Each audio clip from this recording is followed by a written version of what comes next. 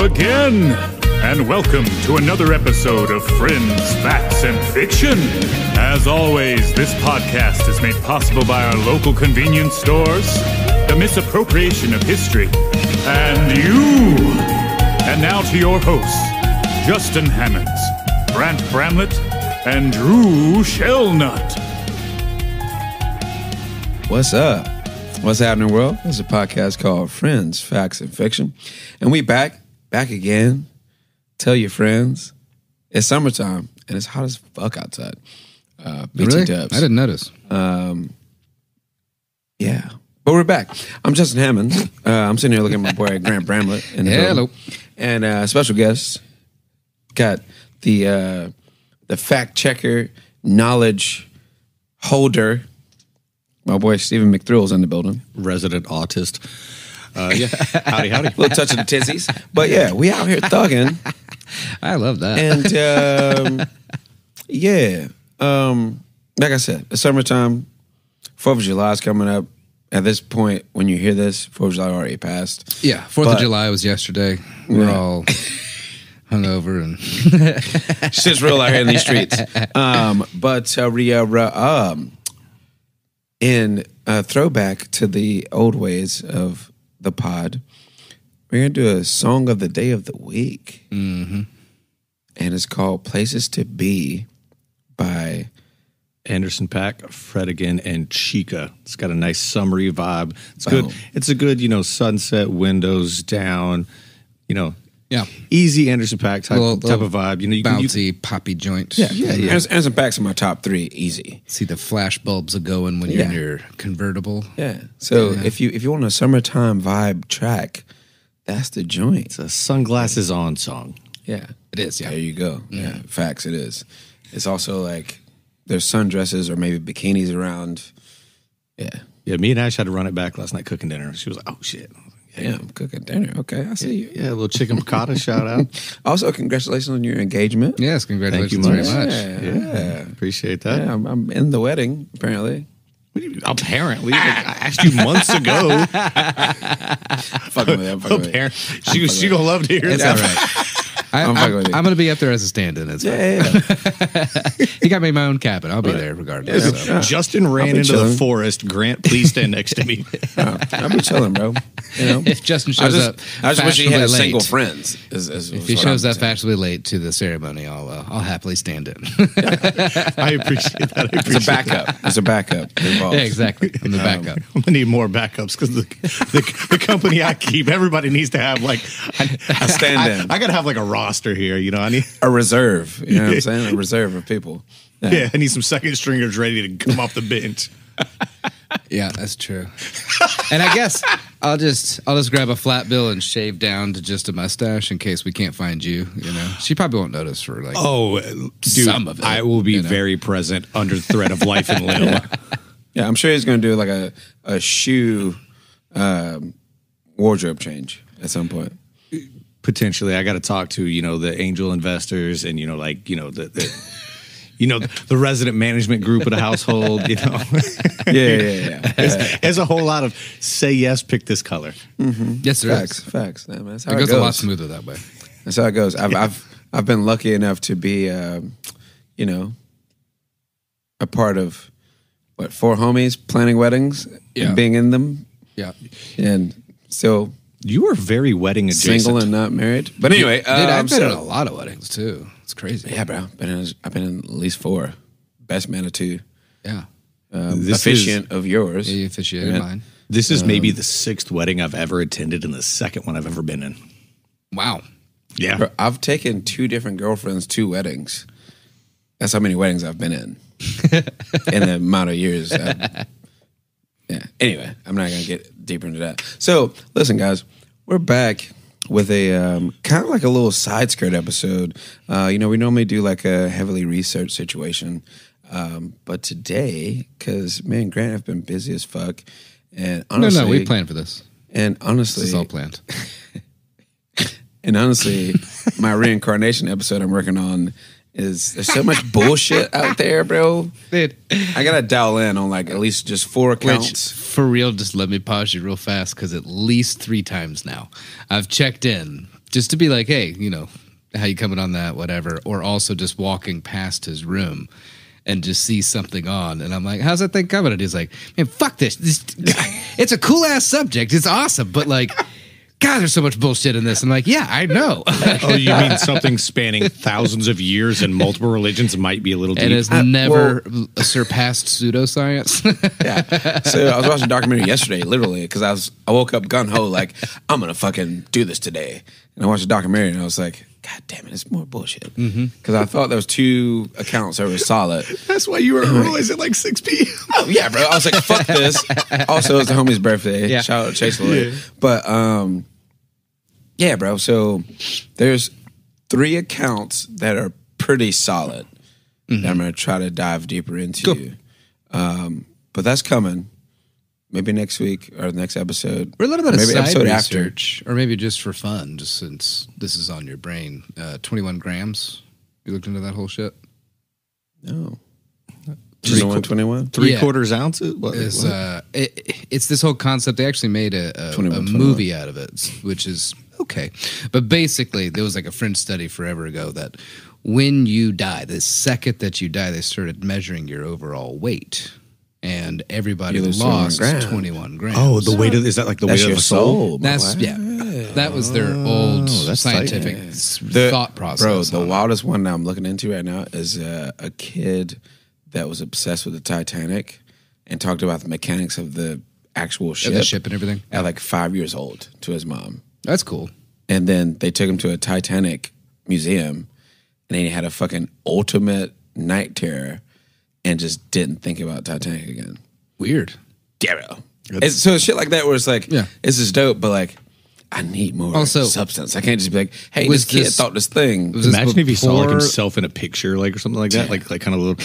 If not to ruin an ending of anything, but if you haven't seen it in 50 let's years, roll it back in. I'm giving too much sauce away on this episode about a future episode. Yeah. As I was saying, today we have some wild stories, and we all have our own little tidbit of a crazy story. Yeah, so this is basically like topics that we would have picked if we could have made a really good hour out of them. Yeah. Like all alone. All of them are like 15, 20 minutes. It's a dope 15 minutes. This is a great 15, maybe 20 minute story. You know what I mean? But Wikipedia wormholes is what I call them. Like, you know. Which, see, I like Truly Adventurous. TrulyAdventurous.com has some wild stories. That's where my stories come from. That's my reference for the day. You got to text me that. Yeah, please. Yeah. But we're also going to be doing McThrill's Wikipedia Wormhole Corner. In the future. It's got a little... So when we have a heavy, like a full episode, we'll just have Steven tell us some weird-ass shit he read this week on Wikipedia. Yep. Some people were touched by angels. I got touched by autism. Touched by the tizzy, baby. You know what I'm saying? We all got a little sauce. Which, back to the Titanic kid. Was this before autism was known about, and then they just left a book about the Titanic laying around? No. I mean, come on. Oh, no. What? He's got a dash of the giblets. It's like, no, that child is severely autistic. As well. Very with smart. access to one book. I'm obviously at this point, I'm not going to use this kid for my podcast episode because we already talked about it. But so apparently the mom says she left him with a babysitter. This is the 90s. And, that was the 90s. And he watched the Titanic, the movie, because it was, the double VHS joint back in the day. That's how old we are. Anyway, the double VHS, he watched the end of it, and that's when his obsession with Titanic came about. And he was like deeply into it.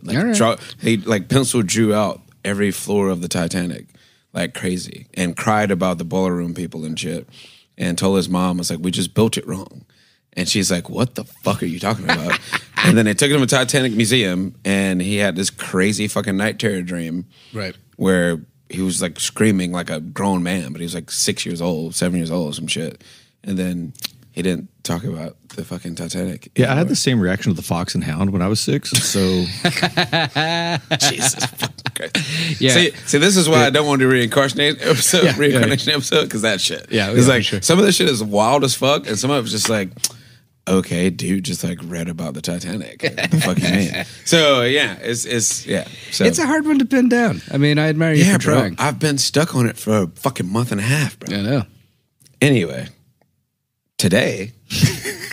What you gonna talk about today, Justin? Yeah, today First of all, I want to say I love y'all. And, leave a 5-star review.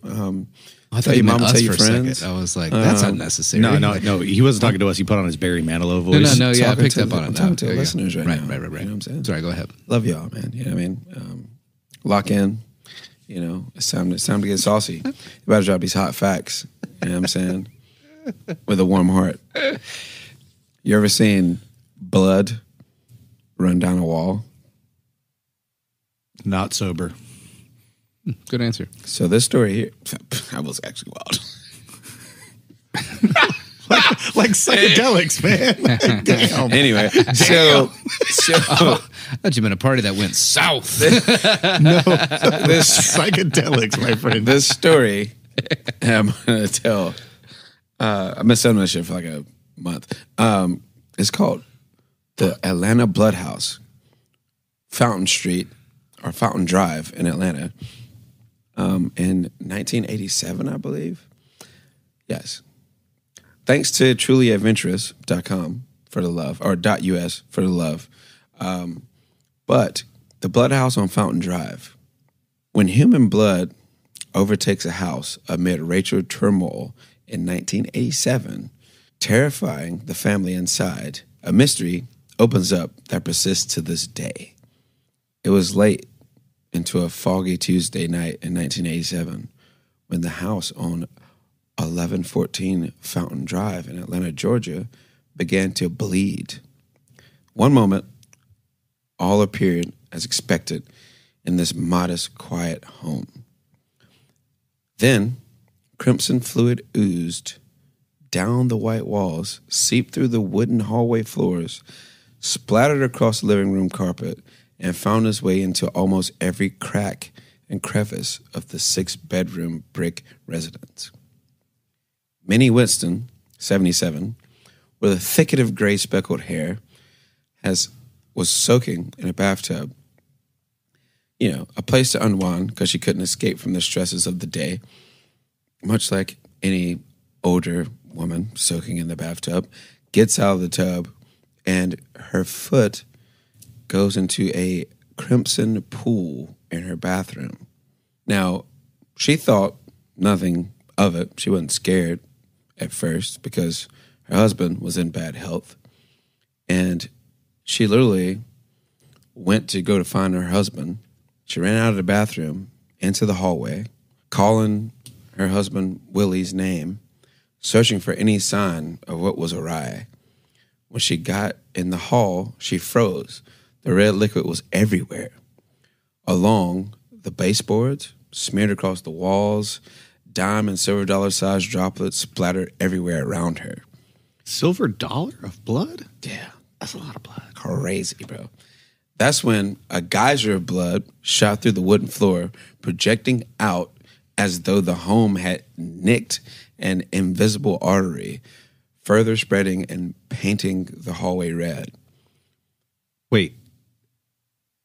Nicked an artery and they just said a fucking geyser of blood?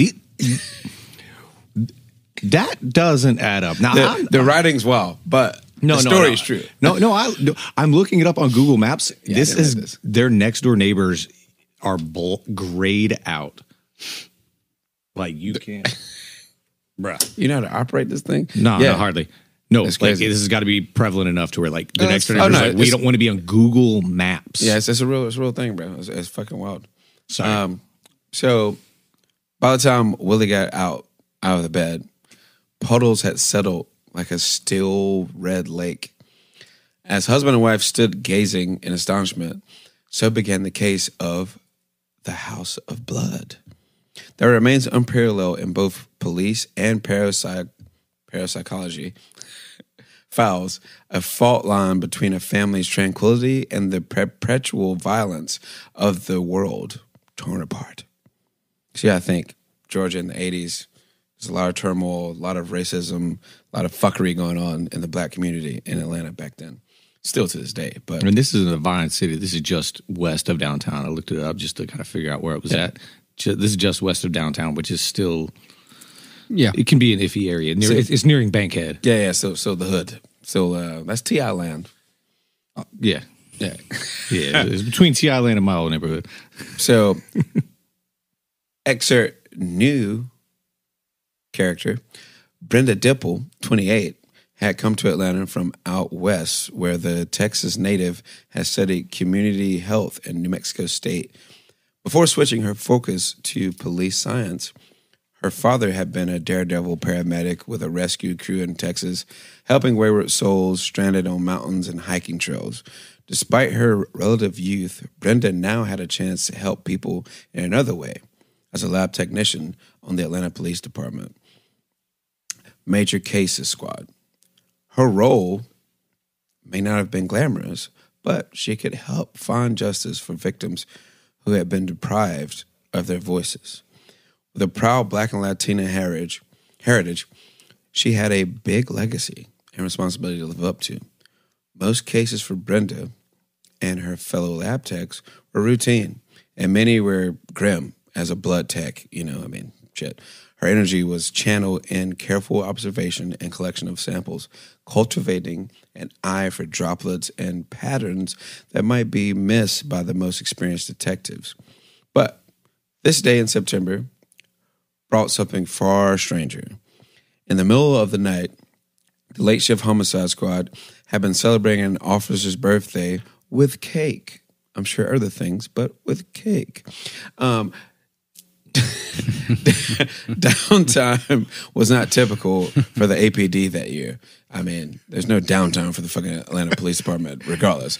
But the city had seen a spike in murder, a result of the flourishing drug trade and growing poverty that nearly tripled from the year before. The telephone cut into the officer's chatter when the detective closest to the phone answered with the confusion clouding her face. Blood coming down the walls, but there's no body? The detective on the phone briefed his colleagues. An elderly couple called the fire department. She says there's blood everywhere, but there's no sign of a body. One of the detectives present, Steve Cartwright, would document his reaction to this in interviews, police records, and later a memoir called Diary in Blue. Weak-ass name, my boy. But anyway. Dowry in Blue? A diary in blue. Gotcha. Meaning like a diary of a police officer. Yeah, no, gotcha. Anyway. How did the couple explain it? Asked Cartwright. The other detective shook his head. They couldn't explain it. Lab tech Brenda Dipple, back to the homie, as well as a slew of other officers were gradually beckoned to going to the 1114 Fountain Drive, which was in the Mosley Park neighborhood on the black side of Atlanta, which is a wild statement, truly adventurous.us. The black side. Anyway, located about 3 miles from the downtown area, the dwellings in this neighborhood alternated between folk Victorian cottages and craftsman bungalows and were built on small lots with no driveways. The house to which the police were called mostly blended in with others in that side of town, with a brown brick facade, green shutters, and concrete steps leading to the walkway that parted the middle of the front lawn. The neighborhood was working class to its core, where systematic perpetual segregation from better funded white areas of Atlanta meant people had to look out for each other. Once they recovered from the shock of their discovery, Minnie and Willie carefully explored their surroundings. Willie was a rail-thin man whose favorite suspenders looked more 1950s than late 1980s, and oversized glasses similar to his wife's. They discovered the blood was not only in the bathroom and the hall, but the kitchen and the living room as well. In their 22 years living in the residence, and for the matter, in their whole lives, this was the first time they had ever seen anything like it. Fucking obviously. Like, I was going to say, would you stick around for a second time? Yeah. What the fuck is going on? First of the month, rent, and then the bloodbath. Love the idea of Willie just being like, it's my third time, but it really freaked Minnie out. I've seen this shit before, baby. You remember 85? That shit was crazy. Shit. The red summer of 77. Why do you think they called it that? Crazy. Easier to paint. You know what I'm saying? Talk about painting the town red. Good Lord. Reluctantly, they called 911 because back then, obviously calling 911 in the hood in the 80s in Atlanta was not a black person's first thing to fucking do for obvious reasons. But reluctantly, they called 911, and because of the unclear nature of the situation, the dispatchers cast a wide net. Soon, Fountain Drive was dotted with emergency vehicles, blades of blue and red and white light slicing through the thick fog that covered the uneven roads. EMTs came in with a logical goal to see if one of the Winstons was injured and therefore the unwitting source of the blood. There's not a scratch on either of them, an EMT reported to a colleague. I'm not bleeding, Willie confirmed. My wife's not bleeding. Nobody else was here. There was also a leak or contamination from Willie's dialysis equipment. The property managers, a father and son, both named Alfred. That's wild. The property managers, a father and son, both named Alfred, also arrived, flashlights shining around the dugout basement. There were no burst pipes that could have released some kind of foreign substance. They found more bloodstains beneath the television stand and in the basement.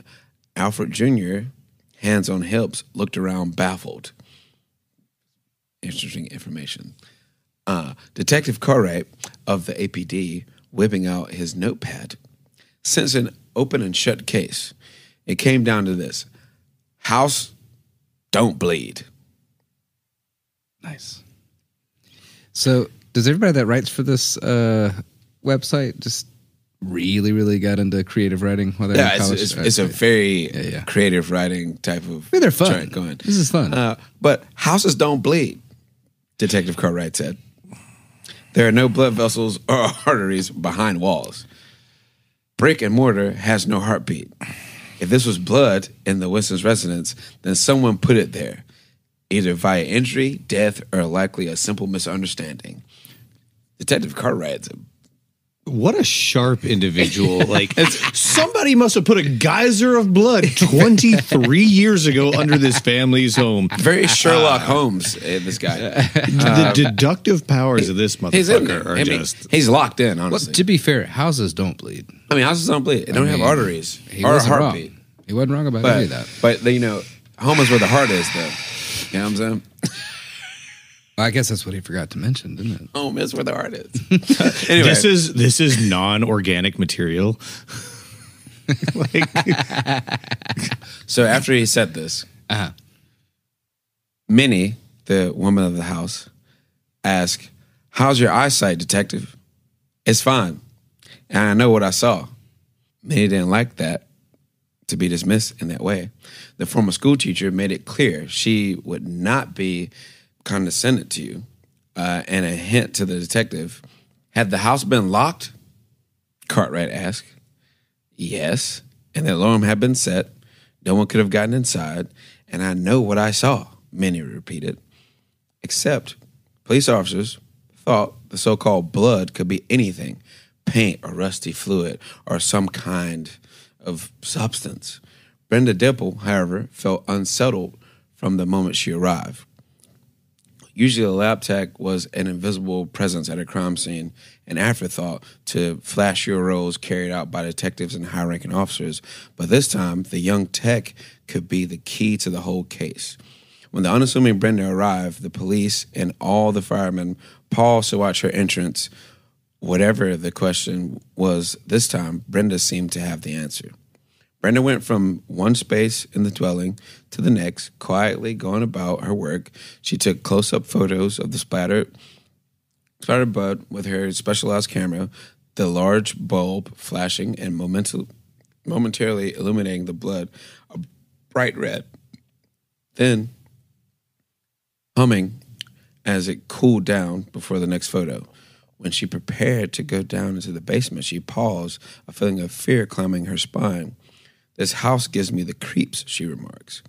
She got razzled a bit by officer for this. "There's no demonic possession," she promised. Detective Cartwright, for this part, grudgingly admitted the liquid did look like blood, but began to place a mental wager on it being latex paint somehow, accidentally, spread around the rooms. Brenda took the situation very seriously as she descended into the cavernous space below the floor. Yeah, these cats are creative writing like a motherfucker over here. Truly adventurous. She was meticulously in all she did. Even on her off time, she was more likely to be found tirelessly tending to the community garden in her black community, providing food for less fortunate neighbors than relaxing in front of a television. She took her time gathering samples of the fluid that could go to the crime lab to be tested. When Brenda's samples were analyzed, the report came back promptly. It was, in fact, human blood, and it was type O, and the Winstons were both type A. Okay. All right. I was not buying in until like this was sent to a lab. I needed some scientific stuff. I wanted a little more scientific context. I'm just like, rainwater collecting in a place it shouldn't, like as they said, rusty liquids. I was like, okay, that would be a large volume, but that's wrong color and texture for sure. What goes but on? The fact that it came back with a blood type, not just like this seems like blood. No, it came back with a type that matched neither one of the inhabitants of the home. Dope. Yeah, 1114 Fountain Drive. It goes on. It's the House of Blood. That's what they call it, and it goes on to, say that with the racial tensions, they thought maybe there was like some witchcraft going on, or some voodoo, or some type of like sacrifice religiously, because they thought. What year was this again? 1987. So at 87, they were still going voodoo, religious craze, or a religious sacrifice, to the point of, again, I'm hung up on the volume of geyser of blood that nobody would ever know. Hey, also, I'm surprised there's no movie made about this. We're missing 10,000 chickens in Fulton County for somebody to harvest a geyser of blood. Like the vampire clubs, like in Blade, for example. The guy that does that, he got the wrong address. Also, an excellent drainage system. So they hoax. They called it hoax. They called it hoax this, hoax that. But to this day, I don't blame them. True story, crazy as fuck. Random blood just started leaking out of these people's houses. This people's house, and first and only time. Yeah, and they it lived never there happened for again. 22 years before this. Never happened again. I think the house is still standing. You looked it up. But it's still there. Next time I'm in Atlanta, I'm going to go there and take a picture. I'm going to send it to you guys. Just a really, really elaborate, like, hate crime, maybe. Like a hate crime. I'm saying like a hate crime prank. Bro, they're in their fucking late 70s. A couple that's just chilling. Dude's about to die, and she was in the tub. Like, he's in bad health. She's in the tub and comes out and just finds blood leaking through the walls of her house. I was a little perturbed by dime and quarter and $half sizes of blood. Size droplets is but wild. Then his next sentence said geyser of blood. It's crazy. Imagine walking down your hallway. I'm not expecting Old Faithful, but still, if my toilet overflows with blood, I am burning everything. Yeah, I'm moving. Yeah, like a prank. Oh yeah, those crazy kids. The McCormick children at 1412 really got us this time with a geyser of blood. Yeah. Sort of a Dennis Miller as well situation. Yeah. Shit is wild, bro. Now again, we'll give some creative license to the writing. So I don't. Yeah, shouts out Truly Adventurous. Y'all got some good writers out here, bro. Y'all dove in. That was eloquent and creative, but still, the fact that the science that it was tested, the blood was tested, and came back with a type, and it wasn't their type. Well, which is wild. Well, and the thing is, like that, I don't operate anything in this, so I don't know if there's like like you could, quote unquote, sacrifice chickens or a cow to like or anything like that, and the blood be typed A, B, human O, blood? similar to I don't know how they would categorize anything like that. Actually, I mean, I don't know either. But either way, I know so many people in medical field, and I don't know that. But if that were happening, don't you think there would be one very pissed off farmer somewhere, even if they lost like a cow or a chicken? Hey, man, just chalk it up, bro. Paranormal shit happens, dog. No. Just chalk it up, bro. Don't live so much in logic, my guy. Nah, cool. You just fucked up like my next week because I'm going to dive into this one. Actually, they categorize... Animals do have blood types, but they intentionally categorize them differently. That Dogs, makes a lot of sense. So you're gonna get mixed up with fucking humans. Yeah. We found a lot of blood in your trunk, Farmer John. Yeah. It came That's back tight. for both Bovine and Karen. Yeah, so like dogs have types A through F. Wait, A through F? Wait, and type A. Wait, whoa, yeah. Well, no, type A is a mental state. No. Oh no, because you can be what are the blood types for humans? I thought it was A, B, and O. Yeah, A, B, and O. So yeah. So there's type A dog blood then, right? There's not type O dog blood. We know that. Well, I'm good. I got that dog in me. Fuck, that means I don't. Oh God. Anyway, that's wild though, bro. Yeah, man. Don't hesitate to email us with your thoughts or comment somewhere. Friends, period, facts, period, at fiction.com.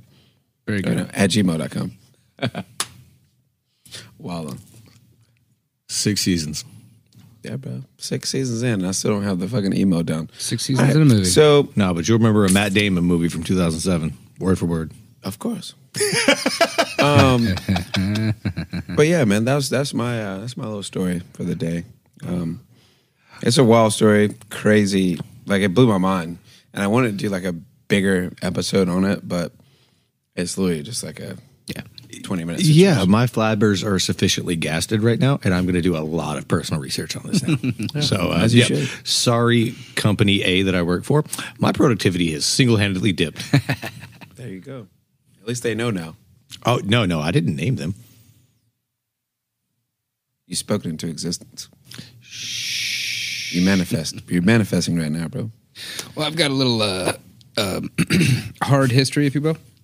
Hard history, you say? Yeah. What in fact is hard history? Nothing but facts, baby.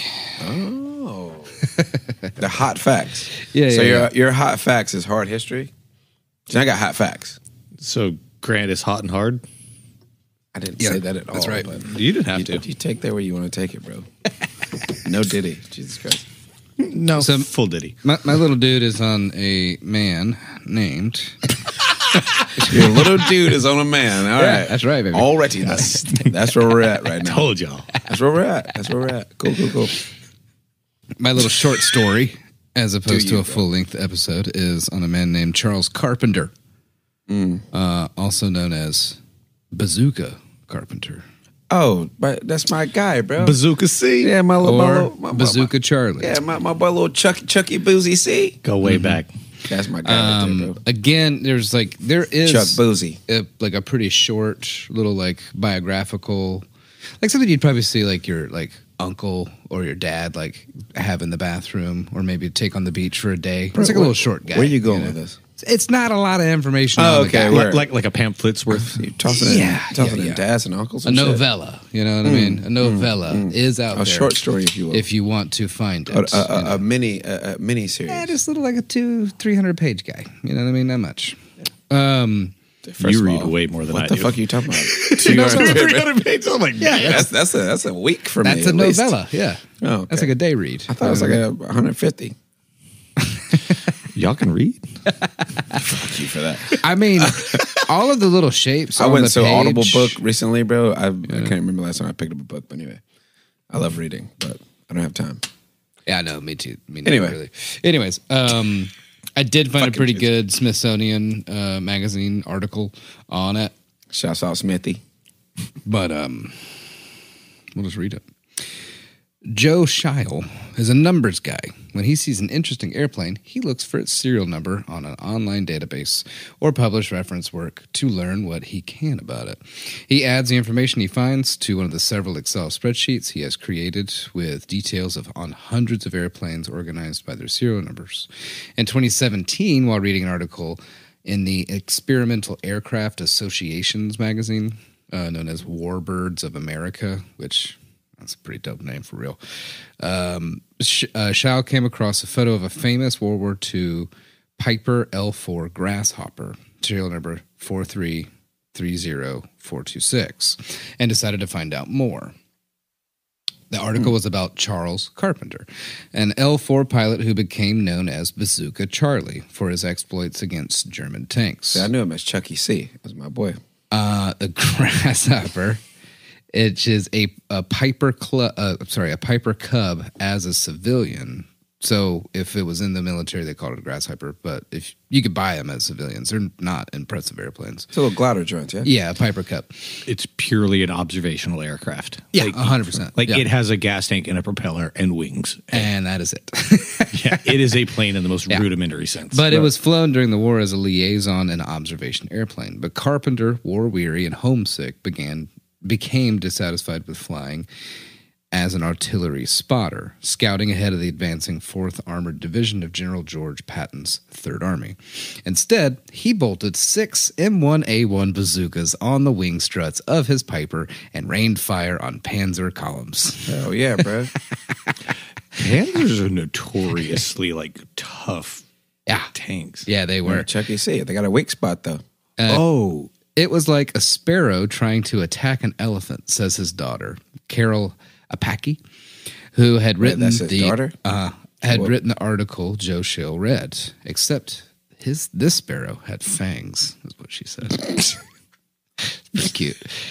Carpenter wasn't the first pilot to hang weapons on an L-bird, as liaison airplanes like Aeronica L3, Stinson L5, Sentinel, and the L4 are known, but he was almost certainly the most effective at using them. In October 1944 alone, just that month, he destroyed 4 tanks and an armored truck. Damn. On the side of his airplane, he painted Rosie the Rocketer, a tribute, Apaki says, to the women working in aircraft factories back home were nicknamed Rosie the Riveter. Oh, yeah. A little shorty with the red bandana. A little shout out to the ladies. Yeah, shout out to the women. Also a cool dude, as well as being a fucking badass. He was a solid guy. Yeah. Besides picking Chucky out C was solid, bro. It was a good dude. I'm looking at these. My boy. I didn't know bazookas were actually designed intentionally as anti-tank things. So that's why we have the M1A1 Abrams. We have the anti-tank tank. Right. Mm-hmm. Dude, this doesn't have any recoil on top of that. So this guy put a machine gun on a go-kart and said, fuck it. Yeah, pretty much. Yeah, no, seriously. He would cut the engine and just glide and just psh, psh. Yeah. He's lucky he didn't go fucking backwards. Thank God for the no recoil. Well, that's the crazy Or rip thing. the wings off. I know. He probably should have died. Besides picking out Piper's registration number, Scheel, an airline pilot and Cub owner who reads a lot of military aviation history, saw something else in the photograph of Carpenter and his airplane. A reminder of another photo often included in histories of World War I.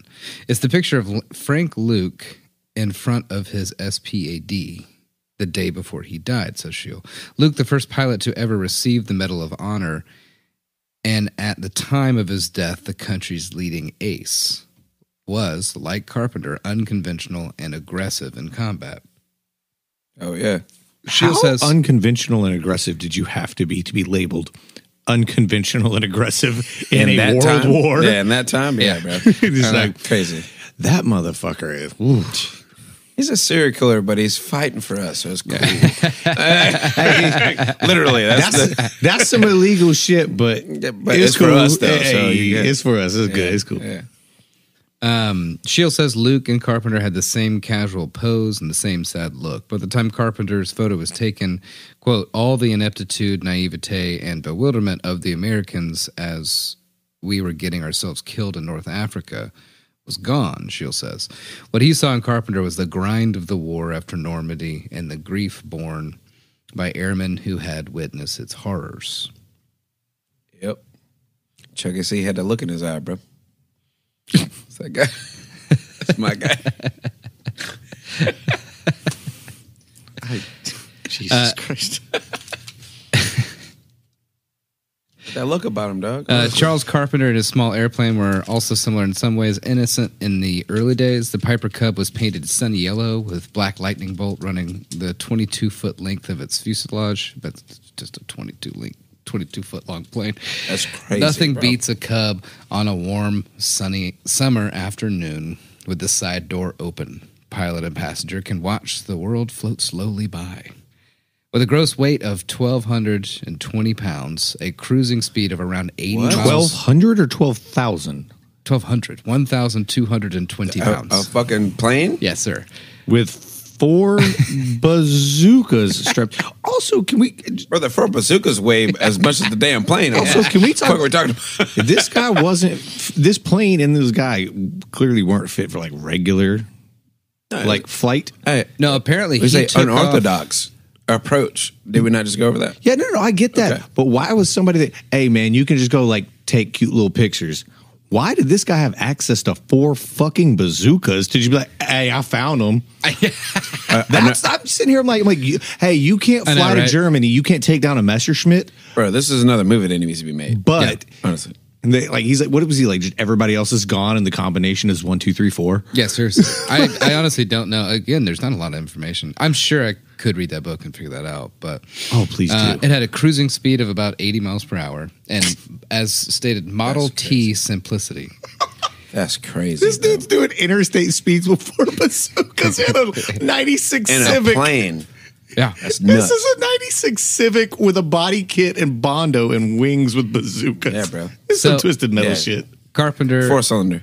So before Carpenter entered the war, he taught history in a Moline, Illinois high school. So he taught history in a high school in Moline, Illinois. I don't know why they phrased it that way. So a school teacher Yeah, he was a school teacher. flew a basic ass plane, the most basic of plane, with 4 bazookas and annihilated tanks in a world war. Yeah. When the war began, My boy Chucky C was cold, bro. I tried to tell you earlier. Dude, this is why this one caught me so off guard. I was Like like, Chucky C is my guy, bro. yeah. Anyway, When the war began, the Cub traded its yellow paint for olive drab, and Carpenter enlisted in the U.S. Army, commissioned as a second lieutenant. Flying at an altitude of 1,500 feet, the L-4 Grasshoppers could speed the advance of tank columns by reporting the positions of the enemy. Initially, German soldiers feared giving away their positions by firing on the L-birds, but the calculus quickly changed. Once Carpenter started firing bazookas, the Germans saw him as a threat. Every time say. also keep in mind, this guy is flying barely over a quarter mile above the ground. you can see him. This plane is called a grasshopper. Grasshoppers don't fly; they flutter at best. Bro, there's model planes the size of this motherfucking plane he's flying. Actually, Legit. just kind of glancing at it today online, there are a lot of model airplanes that are Rosie the Rocketer. Like, Nice. Obviously, it's a cool ass That's story. an airfield close to the crib, Yeah. bro. Yeah. They be out But there people doing that fly wild those shit. little models that are shaped after Yeah, those. airstrip and everything. Yeah, no, that place is Crazy. awesome. Sorry. That place is kind of creepy. Anyway, Carpenter said, off microphone, I'll tell you about that. every Anyway. time I show up now, they shoot with everything they have, he told a Stars and Stripes reporter. Even before Carpenter turned his L-bird into an attack aircraft, spotter pilots were in danger. In June and July of 1944, General Omar Bradley's First Army lost 49 artillery spotting aircraft and 33 pilots. Damn. Flying at low altitude made the pilots vulnerable even to light anti-aircraft fire. Yeah, bro. You can take a machine gun to that motherfucker, probably. Watching mayhem from his 1,500-foot perch and barely escaping gunfire eventually took a toll on Carpenter. In a poem he wrote after the war, he's a poet too, A bro. writer, too. Historian, poet, and artillery master. I tell you, Chucky C is my guy, bro. And- The Entitled- first one to go snitches get stitches. Yeah, entitled Incident in the Woods. He tries to capture the impact of combat on vanquished and victors alike. He describes coming upon an enemy officer tending to a soldier who had been shot. The soldier dead, the man had returned to save some seeming trifle. It was a baby thing, blue, and partly burned. He folded it and kicked it his loaded rifle. I led him from that torn and stinking spot. May fire and grassy time soften memory. Willing guards took him at the prison lot and smiled and wrongly guessed me free. My guy out here with the bars. Yeah, that was astonishingly poetic. I know, right? Like that was Pretty good. stirred something. dude. All right. He goes, I killed a motherfucker, but here it is. Yeah. And I think if I'm gathering all that correctly, which I could be absolutely wrong, but I'm pretty sure he stumbled upon an enemy trying to tend to another soldier and was like, he's dead, buddy. But also, here's your little prison encampment for now, as opposed to just killing the guy. Yeah. It's like, hey. Basically arrested him. Hey, like POW style. Yeah, I'll save you, but like, chill with the shit you're doing, bro. Like, he's gone. He's gone. Yeah. Let him ride. And, in time, your mind will clear of this evil on you. But in early 1945, Get your ass in Carpenter jail. was diagnosed with Hodgkin's disease, given a prognosis of no more than 2 years, and sent home. Instead, he lived another 21 years. nice. Like, they're stubborn, and then there's this guy. Hey, he's unconventional, apparently. Yeah, his airplane was assigned to another pilot when the hostilities ceased in Europe. Piper L-4 aircraft, which had cost the government only $2,500 each, weren't worth shipping home.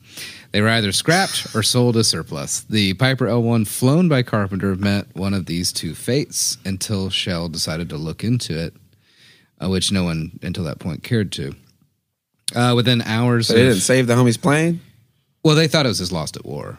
Damn, But bro. the guy that we're It'd talking be dope about, to see the fucking 4 bazookas strapped to this fucking shell of a plane. Yeah, but this is like in the real equivalent life. of finding like a Geo Metro in a junkyard and going like, nah. yeah, exactly. Like it's such a write-off vehicle. Like a It's fucking Geo Tracker Jeep. You remember those jets? yeah, exactly. They're just So- like, eh. But since Shield, the guy that we started the article off with, sounds like just the coolest guy ever, just tracking airplane serial numbers and logging them into his own Excel spreadsheet. Like, A massive touch of the Tesla. let's have a beer with this gentleman. As Steven My thumps his people. chest. My people. Yeah, how's your new Lego set coming? You almost done with it?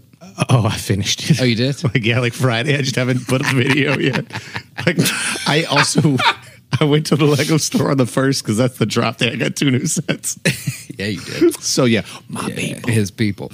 But Shield found that the L4H serial number that I read off earlier had been left in a German surplus yard in September of 1946. He first searched a list of military aircraft serial numbers on a website that's dedicated to this. God, you gotta love people. Sometimes. Yes, sometimes. Hey, We need those people. And there it was. On the site, military serial numbers are linked with manufacturer serial numbers. With that manufacturer's number and this other source, he also lists on his website the people who email him information. Why are you telling me all this?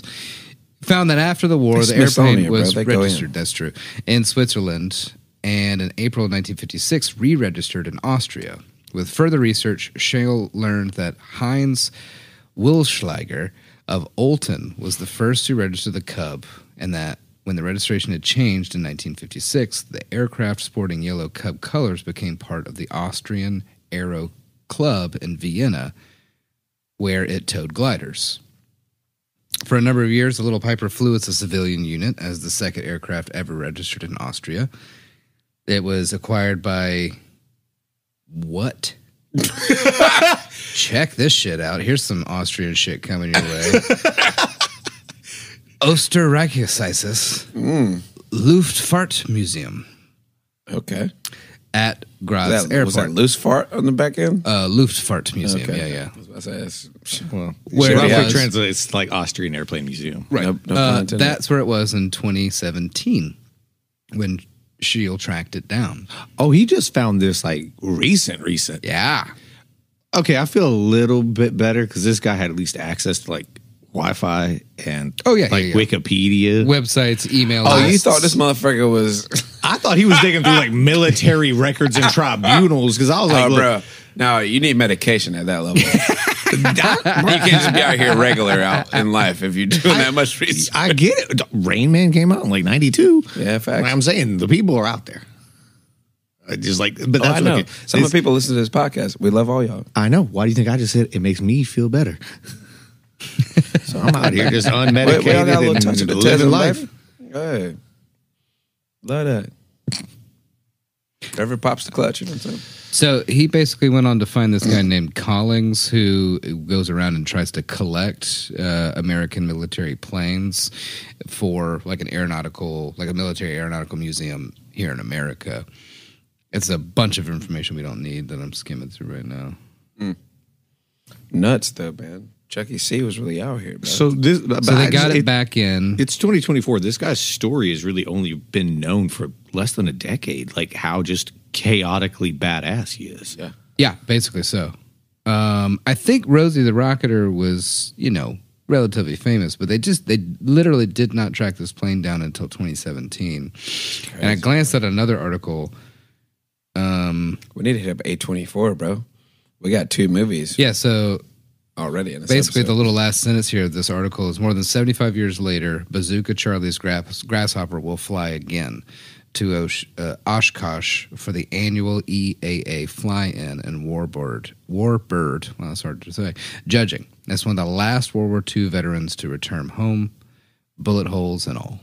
Damn. Yeah. Damn. That's tight. That's lit, bro. It was slated to fly in 2020. I don't know if that happened because of 2020. What happened that year?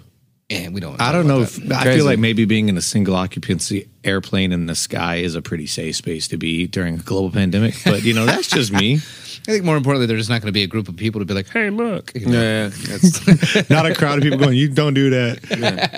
let's eat nachos and watch this plane real quick. Yeah, another thing I read though, real quick, because you were hitting on that really hard, Stephen.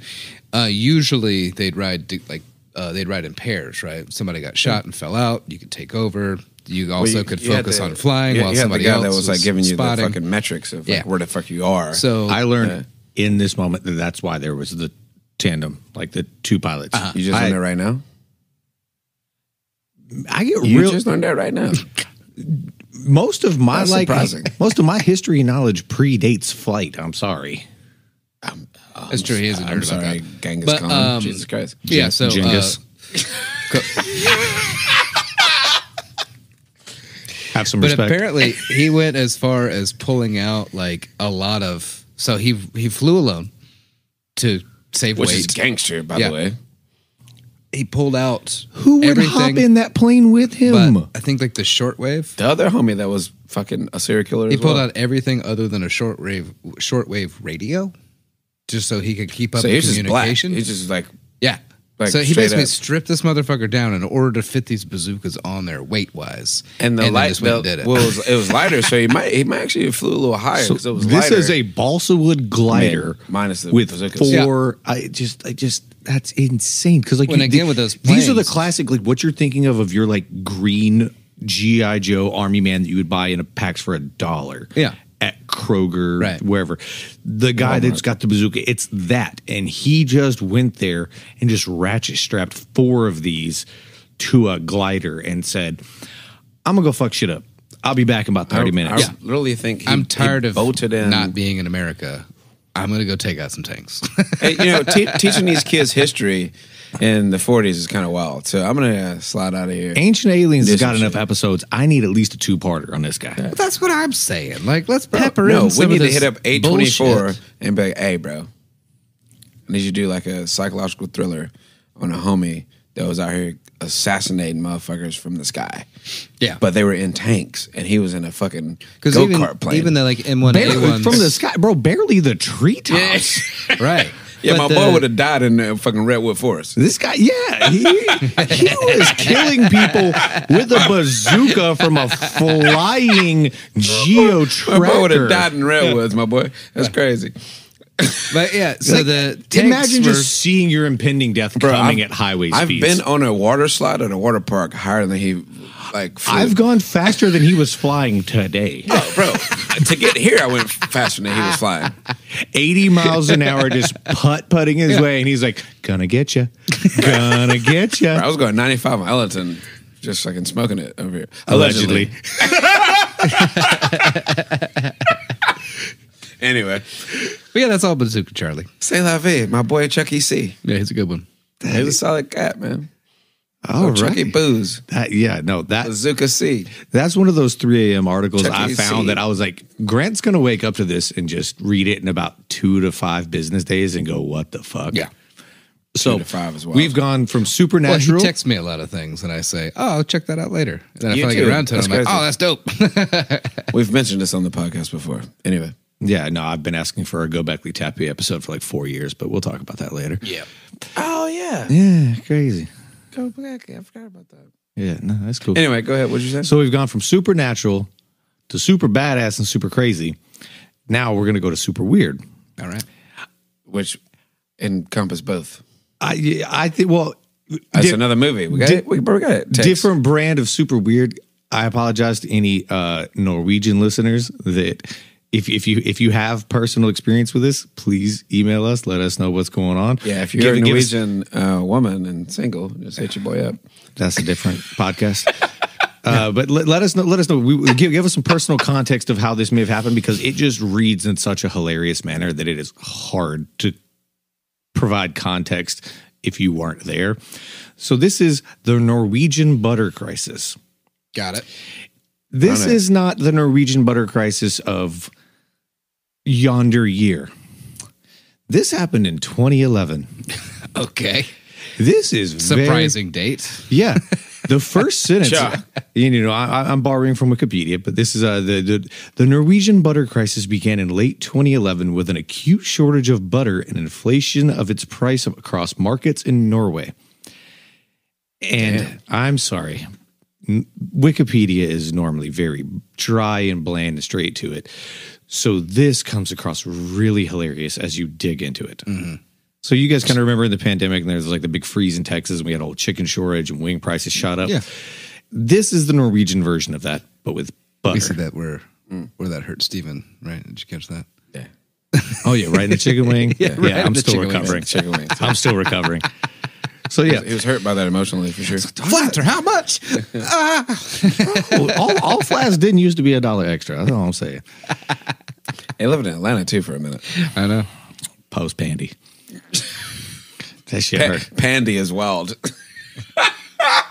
Post pandy. Yeah, is pre-pandy, crazy. post-pandy. We don't talk about the pandy itself. Pandy is a wild word.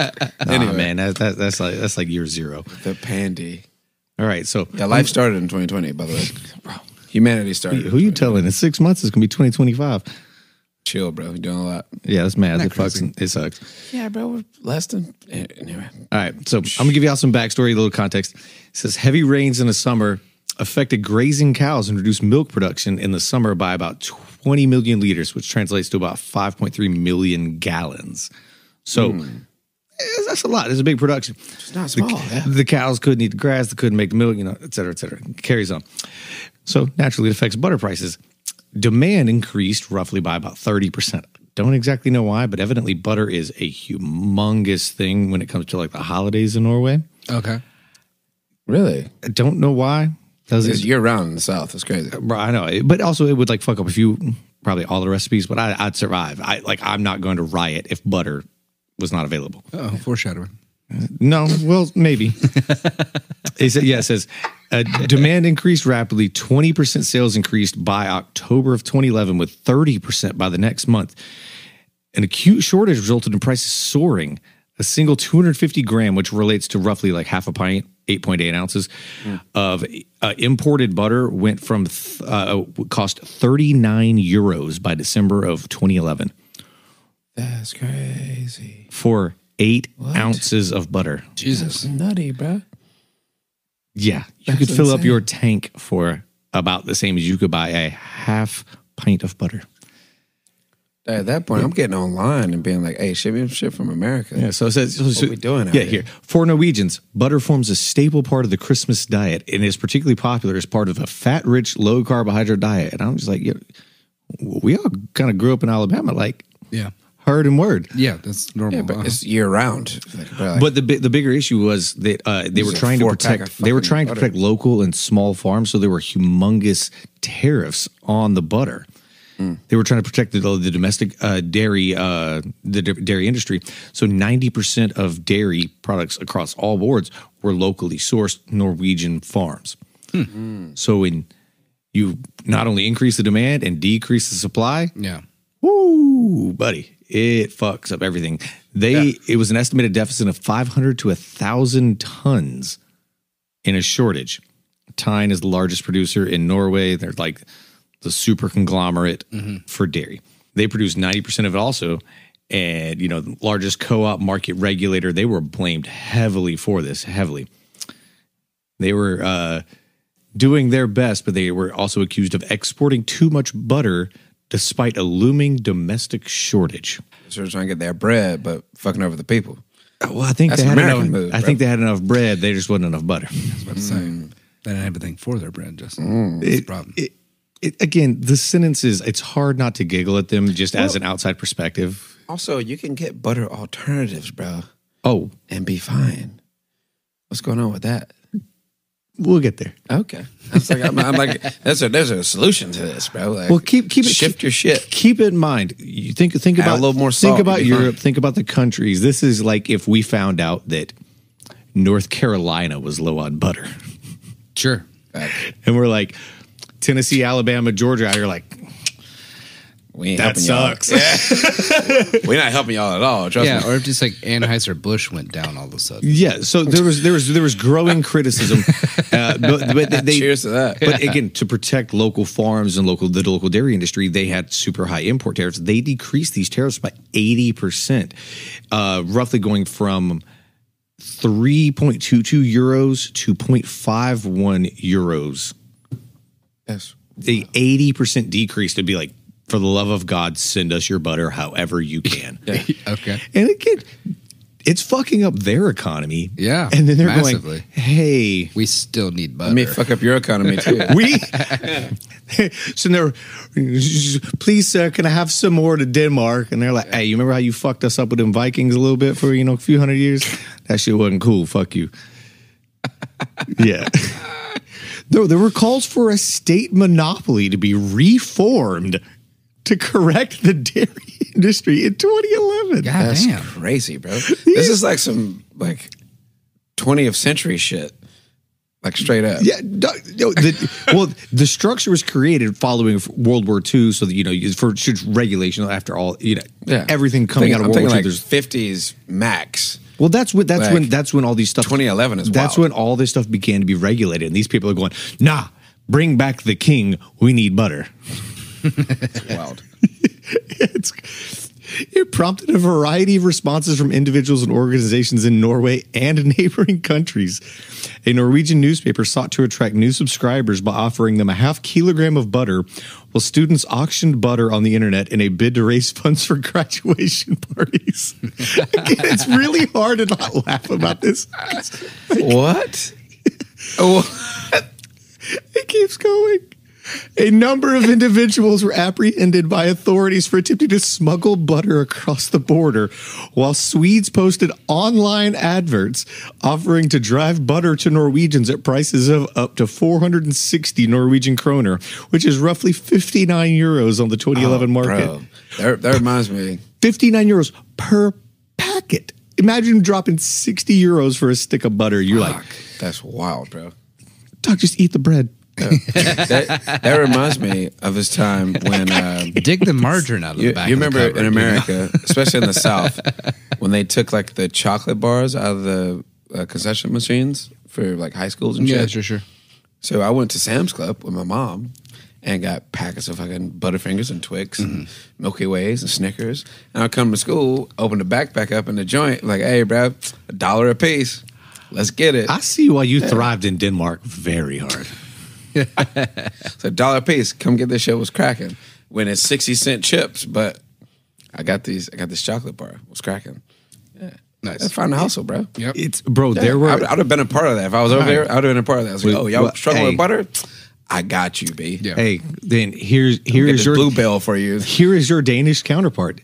Danish dairy businessman Carl Christian Lund sought to drum up demand for his own butter by handing out thousands of packets in Kristiansand and Oslo, while Swedish supermarkets offered free butter to Norwegian customers to entice them to do their shopping across the border. Damn. Nice. That's wild. Stores just across the border in Sweden reported selling 20 times as much butter as normal, with 9 out of 10 buyers being Norwegians.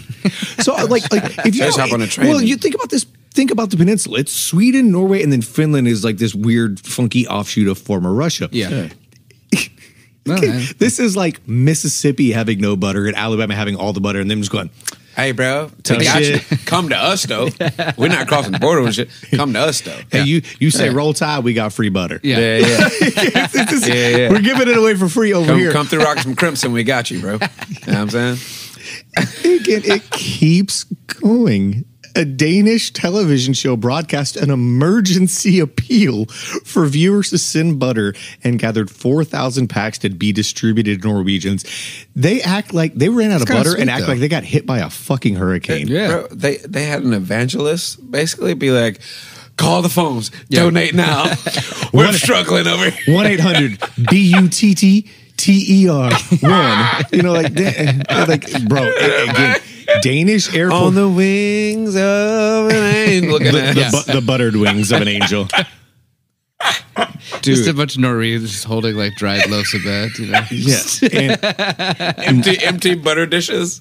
most of With this a knife, like- most of this comes with cited sources on Wikipedia. You could do the deeper reading if you want to. This last sentence is the one that kills me. Danish airports and ferries crossing the straits between the two countries kept a stock of butter in their duty-free stores. Yeah. Tax-free, you don't have to do that. They created an international free trade zone for butter. That's crazy. 13 years ago, the year I graduated college, That's crazy. Norway is having an absolute Ow, that hurt. shit fit over butter. I had no idea. Oh, I just turned 21. because of this, Norwegian retailers lost 43 million Norwegian kroner.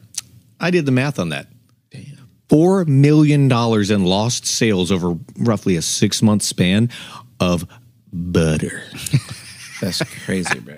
And this got political to the Progress Party in Norway. Started demanding that the main producer in dairy, Tyne, the one that controlled all of it, the monopoly, that they repay it to retailers and small farmers. And they were just going, hey, remember how you said it was a real cool idea if you were in charge of everything and then you fucked it all up?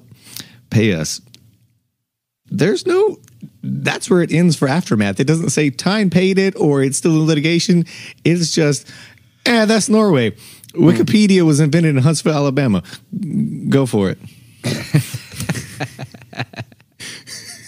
Jesus Christ. Yeah. That's the most random fucking story I think I've ever heard. I know. Yeah. I don't even remember how I came across it. Another one of those ones where I just sent the link to Grant at like 4 a.m. I was like, this can't make a full episode, but it's fucking great to read. Fucking hilarious. Yeah. And like, I feel really bad again. Like, if you're a Norwegian, please provide context of how this disrupted your day, your life, the rest of your year. Yeah. Because just reading those sentences at face value is hilarious. Yeah. Like, I can't. How we look it on time, G? I got one more that just makes me giggle. Oh, yeah, do your short one. Yeah, go ahead. So transition away from the butter crisis of 2011, fucking up arguably one of the most progressive countries in the world. Yeah. Like, For sure. So yeah, show your Norwegian homies some love. Bring them some butter. Yeah.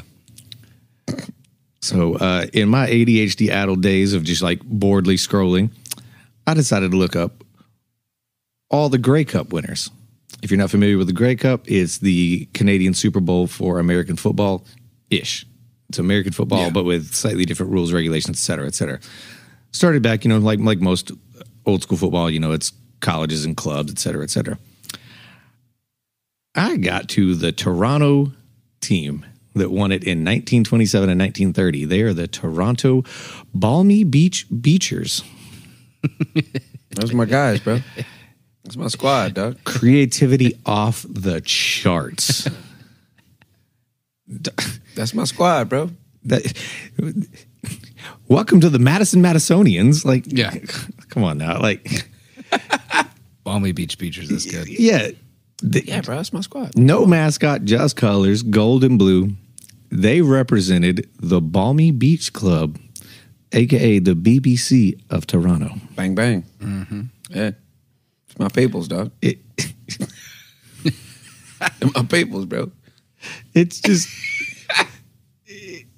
Yeah. I mean, they have Canadian Football Hall of Famers. The history is just wild. It was just one of the ones that like it caught me so off guard that I had to call Grant in the middle of his workday. He probably thinks I'm having an actual crisis, and I'm just doubled down in laughter, going, "Did you know that Balmy Beach Beachers won multiple Grey Cups in the 20s and 30s?" And he goes, "No, I didn't know that. I'm in the middle of mowing a yard to maintain." Thank you for the information. To maintain my household. And no, we talked for like a good 45 minutes actually. We did.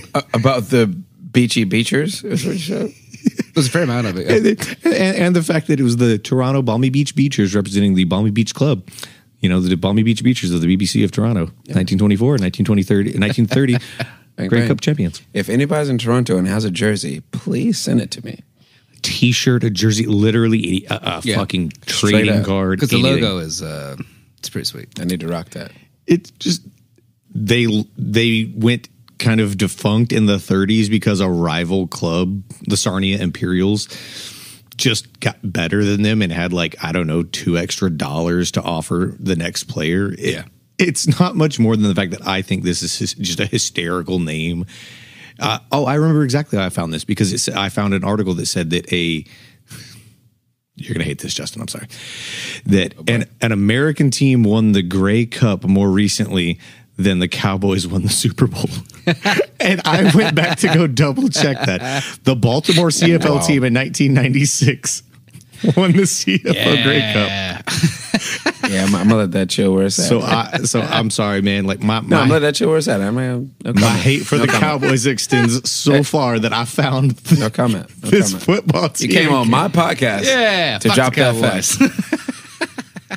I did tell you about this like 2 months ago, so you at least had a little forewarning. No comment. But then after that, it was basically like the CFLs, you know, the Ottawa Rough Riders, Toronto Argonauts, the Hamilton Tigers, they all kind of took over. So they're one of the last teams that was like a non-normal team, quote unquote, to win it until an American team won it before the Cowboys did their thing, which is not win the Super Bowl. Did you full circle back to that again? You already dropped the fact. You just double down. Just giving timelines. That's all. Yeah. Whatever. Fuck both y'all.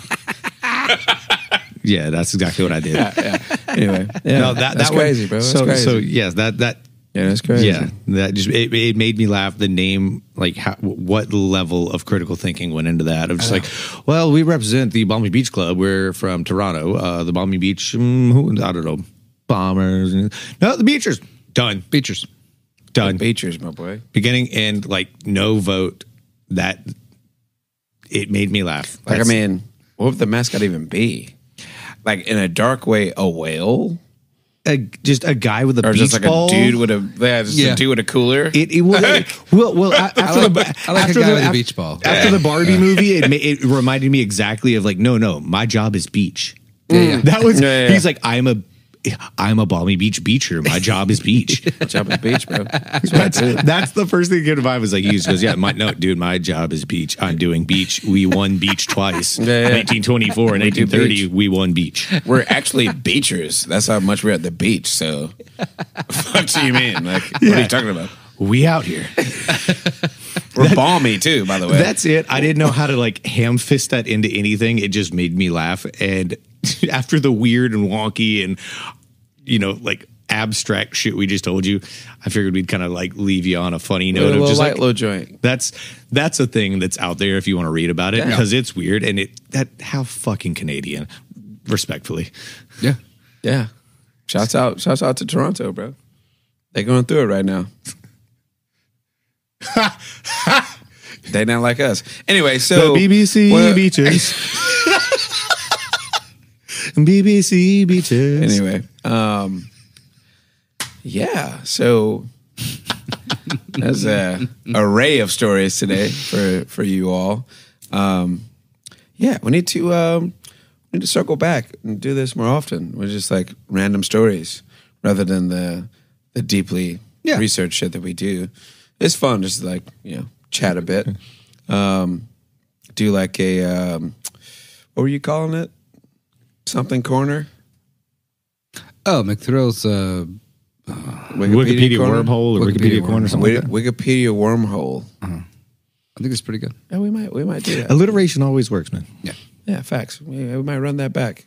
I wouldn't hate that. I've had fun. Yeah, hot facts, interesting things.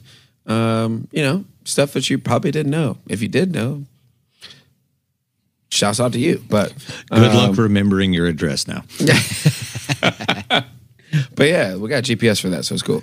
That's true. But yeah, man. Thank y'all so much for tuning in and listening and still being here on this journey for the past couple years. Gonna try really hard to get us back on track. Yeah. To where we're putting out stuff Yeah, much yeah. more regularly. Yeah. But yeah, it's not over. We're still running. We're still doing it. What a nice note to end it on. Yeah, so Well, all right. positive. well, we're It's not over. Well, we're not dead. We're not done. Anyway, but yeah, thank y'all so much for tuning in. Again, if you're listening, you should give us a 5-star review or tell your mama, uncle, auntie, cousin, your friend, whatever. Blast it at work while you're setting up. You know what I mean? Shouts out to my boy Khan. I seen him randomly this week. My guy, I see you. Thank you for listening.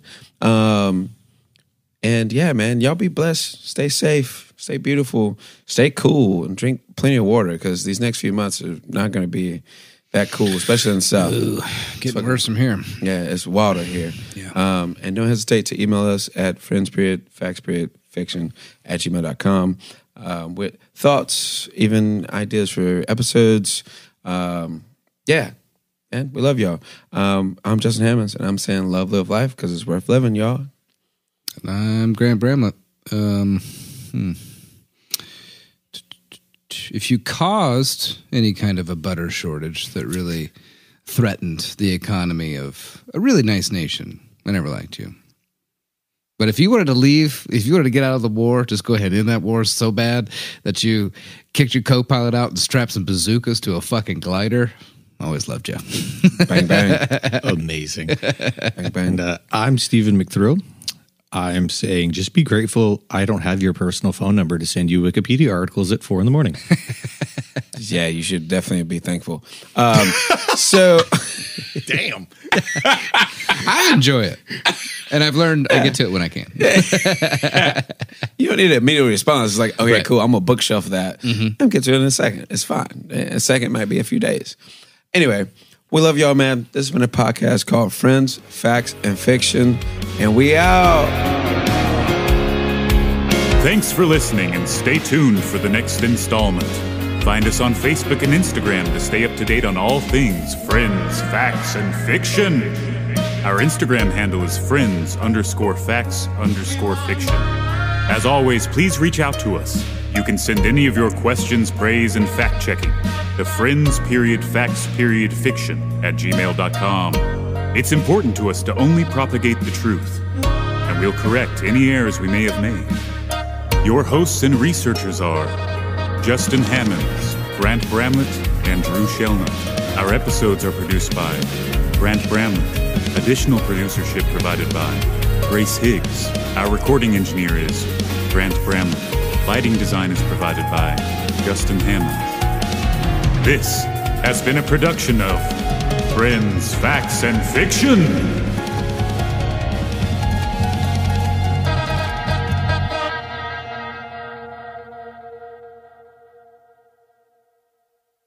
Let's get it in. All right, press pause on that, and we're going to get the shit rocking. Yeah. Y'all ready? Y'all ready? Yeah. Y'all vibing? You feeling it? Yeah. Everybody okay? Yeah, we rocking. Got the vibe going? Yeah. Are we doing it? All right. 3 hours, 3 beers to prepare. We're good to go.